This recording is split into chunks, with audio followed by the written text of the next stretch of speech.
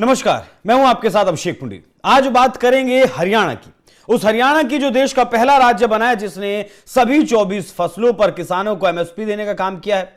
उस हरियाणा की बात करेंगे जिसने हरियाणा विजन 2047 नाम का एक दस्तावेज तैयार किया है और इसी दस्तावेज का लोकार्पण करने के लिए गृह मंत्री अमित शाह हरियाणा के पंचकुला में पहुंचे थे। यहां जब वो पहुंचे तो उन्होंने हरियाणा की दूसरी बार कमान संभाल रहे नायब सिंह सैनी की खुलकर तारीफ की। उनके बारे में एक ऐसा किस्सा बताया जिस किस्से को शायद इससे पहले कोई नहीं जानता था। और जो कहा जाता है नायब सिंह सैनी के बारे में कि वो 24 घंटे हर किसी के लिए उपलब्ध रहते हैं, उपस्थित रहते हैं, वही बात को दोहराया है, बताया है गृह मंत्री अमित शाह ने। गृह मंत्री अमित शाह ने और क्या कुछ कहा और क्या विजन है 2047 का हरियाणा का, इन सब पर बात करेंगे। लेकिन सबसे पहले आप सुनिए कि गृह मंत्री अमित शाह ने क्या कुछ कहा हरियाणा के मुख्यमंत्री नायब सिंह सैनी को लेकर। मैं तो कई बार सोचता हूं कि कहां से इनमें इतनी हिम्मत आती है। मुझे घोषणा पत्र के लिए सैनी साहब ने बुलाया, तो चुनाव का घोषणा पत्र था पार्टी की ओर से, मुझे पब्लिक के सामने रखना था। अगले दिन भेजा, मैंने पढ़ा 24 फसलों पर को एमएसपी पे खरीदना। मैंने फोन किया, पौना बजा था, फिर भी जगह है सैनी को। मैं को भाई सैनी ये पढ़ा है क्या आपने? 24 फसलें खरीद पाओगे? तो ऐसे ही विनम्रता से कह दे हाजी खरीद लेंगे, आप चिंता मत करो, पढ़ जाओ एक बार। और मैं बधाई देना चाहता हूं, हरियाणा देश का ऐसा पहला राज्य है जो 24 फसलों को एमएसपी पर खरीदने का काम करता है। जो खरीदते हैं उसका भी पैसा 48 घंटे में पूरी कागजी कार्यवाही पूरी कर कर आपके बैंक अकाउंट में ट्रांसफर कर देते हैं।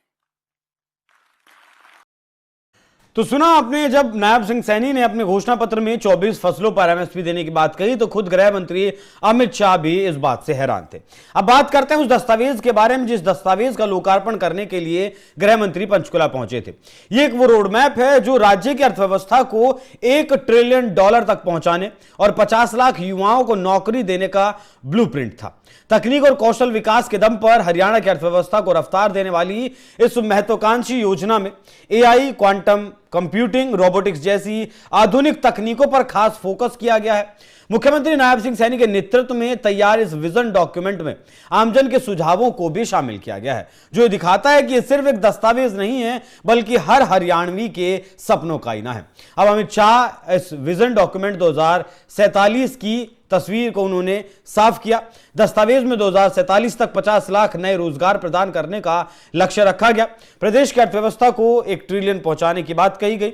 बाकी उच्च स्तरीय टास्क फोर्स को राज्य के सकल घरेलू उत्पाद को $10 खरब तक पहुंचाने और 50 लाख युवाओं को रोजगार दिलाने के लिए कार्य योजना को अमलीजामा पहनाने की जिम्मेदारी दी गई है।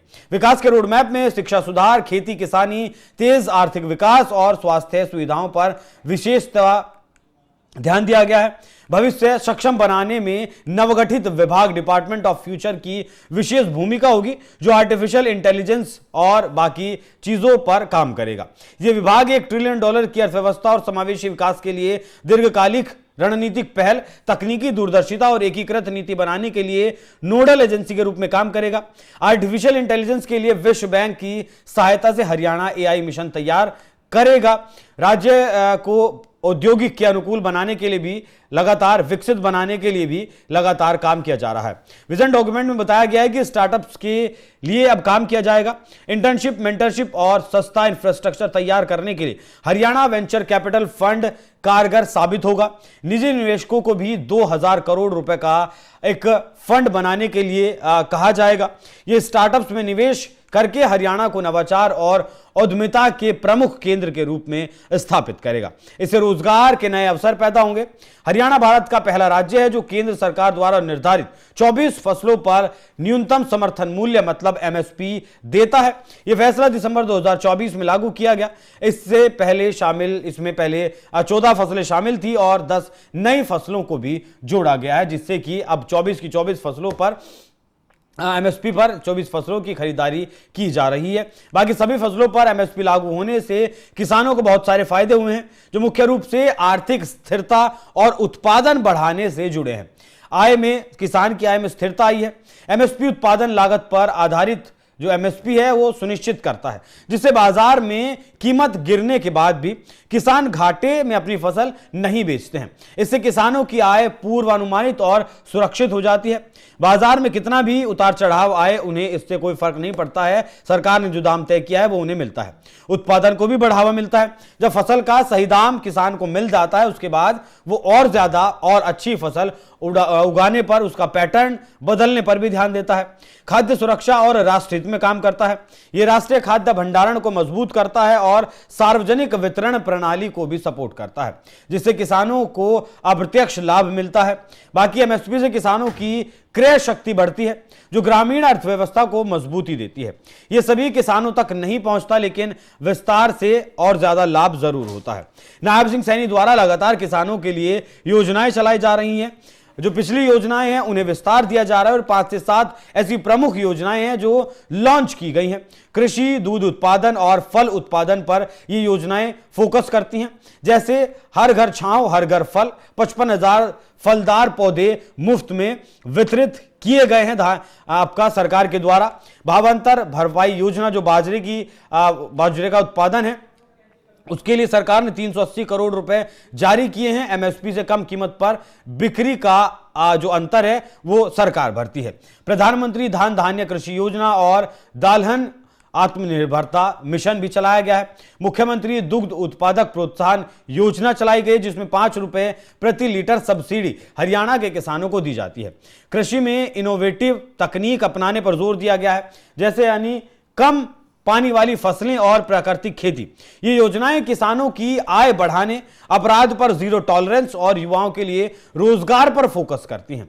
बाकी 25 दिसंबर 2025 को केंद्रीय गृह मंत्री अमित शाह हरियाणा के पंचकुला पहुंचे थे, जहां उन्होंने कई कार्यक्रमों में हिस्सा लिया। Haryana police passing out parade में यहां हिस्सा लिया। उन्होंने करीब 1500 महिलाओं की पासिंग आउट परेड की सलामी ली।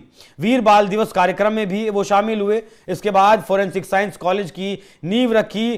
ड्रग्स, मानव तस्करी, साइबर क्राइम्स और नई आपराधिक कानूनों पर उन्होंने अपना भाषण भी दिया। मोदी सरकार की उपलब्धियां गिनाई।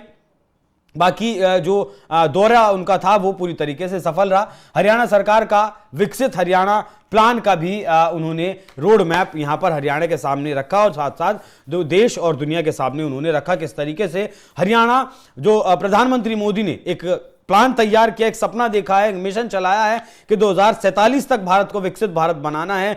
उसी विकसित भारत को बनाने में हरियाणा के मुख्यमंत्री नायब सिंह सैनी भी केंद्र सरकार के साथ कंधे से कंधा मिलाकर आगे बढ़ रहे हैं। बाकी अमित शाह ने जिस तरीके से तारीफ की नायब सिंह सैनी की, और एक नायब सिंह सैनी ने जिस तरीके से हरियाणा को विकसित बनाने का रोड मैप तैयार किया है, उस पर आप लोगों की क्या राय है? कमेंट बॉक्स में अपनी राय जरूर दीजिएगा। नमस्कार।